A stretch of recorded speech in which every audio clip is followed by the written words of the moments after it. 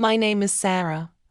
I grew up in a small town, the only child of a single mother. I always had a knack for investigation and pursued a career in journalism, determined to give a voice to the voiceless. My recent marriage to Thomas, a local police officer, has brought me to the remote village of Willow Creek. The dense forest loomed ahead as I bravely drove down the winding dirt road into Willow Creek. Tall pine trees crowded close on either side, their branches clawing at the sky like gnarled fingers. An eerie stillness hung in the air, as if the woods were holding their breath.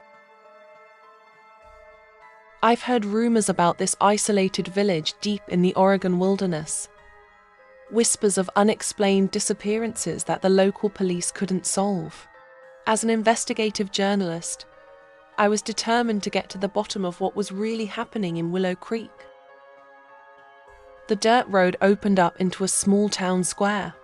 Quaint wooden buildings lined the perimeter, their windows like empty eyes staring out at me. Only a handful of other cars were parked on the streets. An air of unease seemed to hang over the village, as if its residents were waiting for something ominous to happen. I pulled up in front of the police station. As I stepped out of the car, the creak of the rusty door hinges echoed unnaturally loud in the empty square. I made my way inside, the floorboards groaning under my feet. The station was deserted except for a lone officer sitting at a desk, poring over case files. "Can I help you?" he asked, looking up at me with a weary expression. I introduced myself and explained my investigation into the disappearances. "I'm afraid we don't have much to tell. People just seem to vanish without a trace around here. No clues, no witnesses.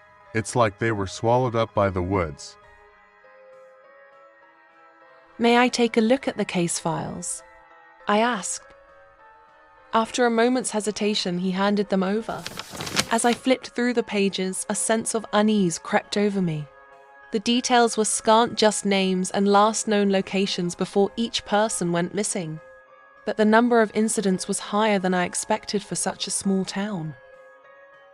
That night, I tossed and turned in my creaky bed at the village's lone inn. Strange noises drifted in through the open window.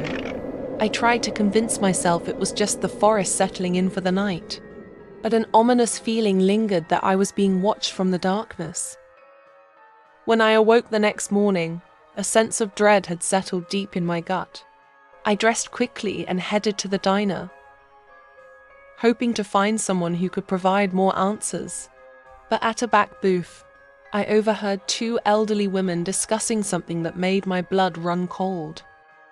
"Did you hear about Emily? She went out for a walk in the woods yesterday and never came back." I don't know what happened to that innocent girl, but I'm definitely going to find out.